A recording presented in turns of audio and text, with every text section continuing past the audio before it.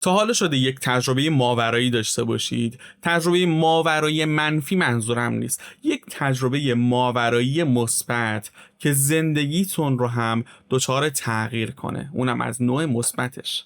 ما امروز در خدمت یک تجربه گر هستیم به اسم خانم محمودی که تجربه ماورایی فوق‌العاده‌ای داشتن. ازشون خواهش میکنیم که بیان برامون تعریف کنن دقیقاً چه اتفاقی براشون افتاده. خانم محمودی بفرمایید. سلام آقای باقرزاده، خسته نباشید. تا عبادتتون قبول باشه. من سال 1370 بود، یه تجربه‌ای که تو عالم بیداری برام اتفاق افتاد میخوام براتون تعریف کنم.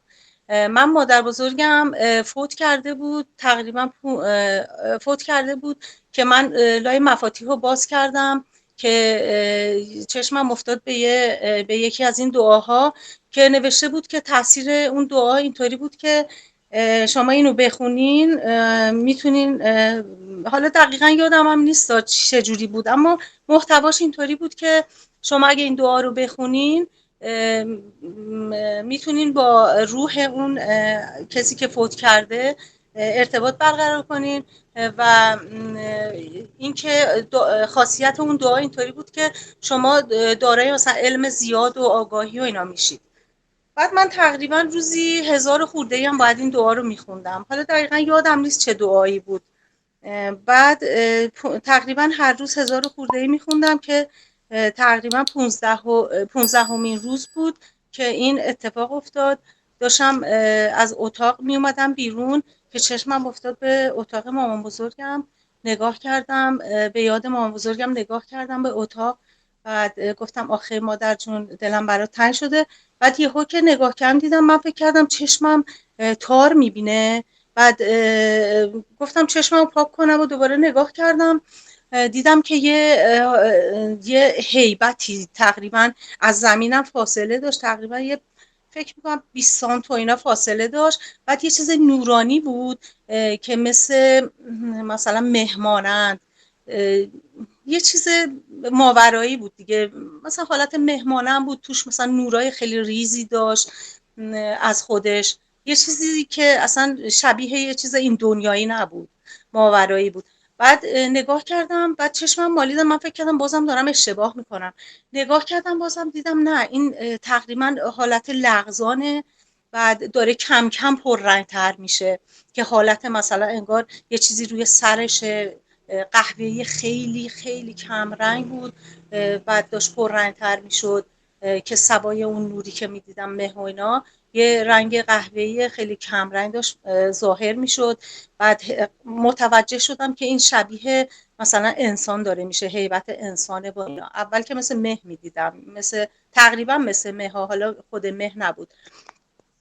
بعد همینطوری وایستادم، یه چند ثانیه‌ای تقریبا 1 دقیقه نشد، زیر 1 دقیقه بود، وایستادم که این داشت پررنگ‌تر میشد. بعد من چون باردار بودم 7 ماه پسرم رو، بعد با خودم گفتم که نکنه این یه چیزی که باشه که مثلا من بترسم، ببینم بترسم، چون تجربه نداشتم که نمیدونستم چیه. بعد بترسم و مثلا یه اتفاقی برای بچم بیفته. به خاطر همین بیشتر نتونستم وایسم تحمل کنم، همین باعث استرسم شد، همین فکر که چیز وحشتناکی نباشه و اینا، در صورتی که اصلا اینطوری نبود. من خودم رو بی خودی ترسوندم.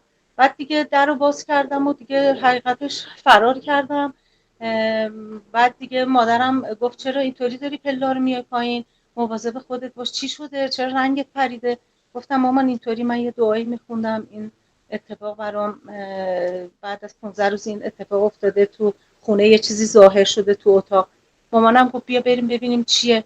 بعد آروم با ترس، بازم من حقیقتش با ترس اومدم، چون اون موقع پایه‌های ایمانم اینقدر خیلی قوی نبود که بخوام دیگه تحمل واقعا دیدن همچین چیزی رو داشته باشم. حالا من دعا رو باز کرده بودم، خونده بودم، ایمانم داشتم به دعا، اما فکر نمی‌کردم واقعا اینطوری غیر منتظره بود برای خودم هم اینطوری ظاهر بشه با اینا. بعد با مامان اومدیم نگاه کردیم، مامانم باز کرد در و گفت نه چیزی نیست. نگاه کردم خودم هم دیدم نه چیزی نیست و بعد دیگه همین تموم شد و رفت. بعد من یکی از تجربه گرایی که تو همین برنامه آقای باقرزاده داشتم گوش میدادم، دیدم که آقای حیدری بود، فکر میکنم آقای بهروز حیدری همچین اسمی داشت، حالا من نمیدونم آقای باقرزاده بله خودشون درسته، تایید کاملا کنم. درسته. بعد دیدم که ایشون هم گوش دادم، دیدم ایشون هم داره میگه که یه سری دعاها بود یکی میخوند و یه همچین چیزی بود. حالا من کلی خلاصه دارم عرض میکنم خدمتتون. ایشون هم گفتن که به یکی گفتم اینا چیه میخونی؟ گفت آره دعای هر چی بخوای میتونی میده بهت این دعا رو بخونی. میگه منم همینطوری برداشتم یه دعا رو از مفاتی، چون سواد عربیشون هم مثل که کم بود یا حالا نمیتونستن عربی رو کامل تلفظ کنن، ایشون هم میگن که یه دعایی انتخاب کردم که کوتاه باشه، مثلا چند تا کلمه باشه. ایشون هم میفرمایند که چند تا روزی چند هزار تا میخونده. بعد که میگه که ایشون فرمودن که یه نیتی کردم، گفتم خب من اگه پول بخوام که خب پول که میتونم به دست بیارم، یه چیز ماورایی بخوام که ایشون هم خواسته بود که پرواز کنه. بعد اون دعا رو خونده بود. بعد ایشون 40مین روز بود که دیگه حالا تجربهش هم اگه ببینید خیلی عالی میشه، خوبه که ایشون مثل که روح از بدنشون خارج شده بود و پرواز کرده بودن. حالا اینطوری حالا ببینی خیلی جالبه تجربه ایشونم. حالا منظورم از عنوان کردن تجربه ایشون اینه که واقعا این دعاهای مفاتیح به نظر من، حالا خود قرآن هم همینطور، واقعا یک کده. همین دعاها رو بخونین با خاصیتاش، واقعا به نظر من نتیجه میگیریم. با ایمان قلبی که داشته باشید میتونیم واقعا نتیجه بگیریم و زندگیتون میتونه واقعا به قدری تاثیرگذار باشه تو زندگیتون که به اون نیتایی که دارید برسید. واقعا خیلی جالبه به نظر من. حتما ببین این دعاها رو امتحان کنید با حضور قلب، خیلی تاثیرگذاره. ایمانم واقعا خیلی قوی تر شد بعد از اون تجربم. بعد با برنامه زندگی پس از زندگی آشنا شدم که ایشونم یکی از تجربه گرا. تو اومدم خونه مادرم، دیدم که داره مادرم تلویزیون نگاه میکنه. بعد یکی از تجربه گرا آقای موضوع میگفتن که مثلا روح چجوری بود، برای من توضیح بدید. که ایشون هم دیدم همین توضیحاتی که من واقعا دیده بودم که حالت مه نورانیه، یک چیزای نورانی داخلش بود، اینا رو داشت میگفت که من اونجا یهو انگار یه جرقه‌ای زد تو سرم. متوجه شدم که این تجربه من واقعا دقیق بوده و درست بوده. من اگر نمی ترسیدم، فرار نمی کردم، 100% اون آگاهی که نوشته بود دعا تاثیر و خاصیت دعا بود، حتما اون خاصیت ها رو مطمئنا اون آگاهی و اون علم زیاد رو حتما به من میخواست بده. بعد متاسفم که واقعا فرار کردم و خیلی پشیمونم الان که چرا اینطوری شد. کاش وای میستادم، نمی ترسیدم. به خاطر شرایط بارداریم فرار کردم. والا بعدش هم دیگه اون حضور قلب رو واقعا نداشتم که باز تکرار کنم اون دعاها رو بخونم. دیگه غرق دنیای مادی و زندگی شدم دیگه متاسفانه. خیلی ممنونم خانم محمودی، خیلی عالی بودش، من خودم لذت بردم. در رابطه با یک تجربه بود که چند روز پیش ضبط کرده بودیم، تجربه آقا مهدی که قرار بود قسمت دومش رو هم ارائه بدیم.